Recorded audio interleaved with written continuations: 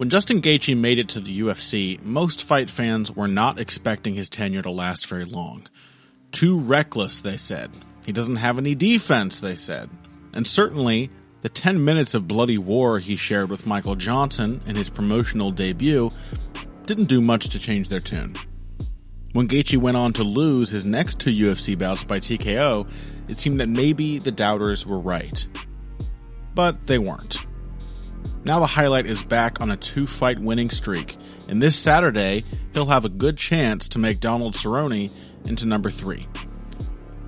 In fairness, it can be pretty easy to miss the method hidden behind all of Gaethje's raging, frothing madness. You'd be forgiven for thinking him nothing more than a brawler, and at one time, he pretty much was. But over the years, as the competition has gotten fiercer, Gaethje and trainer Trevor Whitman have continued improving his style, one piece at a time. Even in the early days, Gaethje stood out from your average crop of bruisers. Years of freestyle wrestling came in handy whenever he would swing his way into close quarters. A quick grip here or a half-hearted shove there was enough to keep the opponent off balance and vulnerable. Then there were the low kicks, quick and crushingly powerful, that Gaethje threw comfortably whether he was outside or right up in the clinch. By the time Gaethje fought Michael Johnson, there was new complexity showing. Quick, straight punches, snappy jabs from either hand as he kept the pressure on. Suddenly, there was a trickiness to his timing, an unpredictability that might have come in handy in one of those 2 wars with Luis Palomino a few years before. Footwork, too.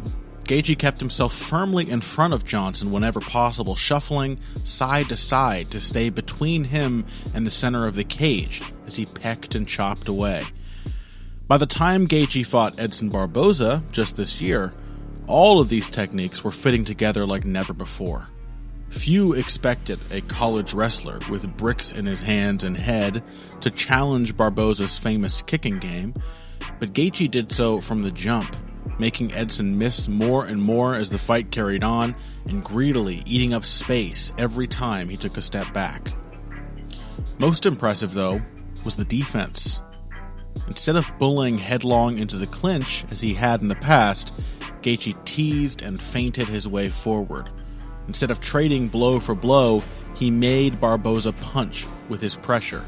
Ducking, bobbing, blocking, he made him miss and made him pay. Losing to the likes of Eddie Alvarez and Dustin Poirier says nothing about Gaethje's ability to compete at this level. All that tells us is that styles make fights, which we already know. Both men found the same openings. They smashed Gaethje's ribs as he came forward. They countered hard whenever he missed. They survived the fast start and the slow build, and they still had to go to war to do so, because everyone who faces Gaethje does.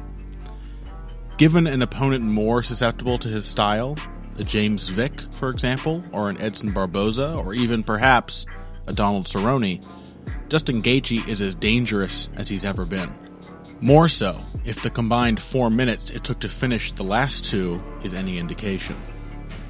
Every fighter has his foil, but the good ones always get better, and Gaethje has a better-than-average coach to help him on his way. If you still harbor doubts about whether or not the highlight belongs here, I would ask you to watch carefully this Saturday. New wrinkles will be revealed against Donald Cerrone, but at its heart, the game remains the same. Either break Justin Gaethje or be broken by him.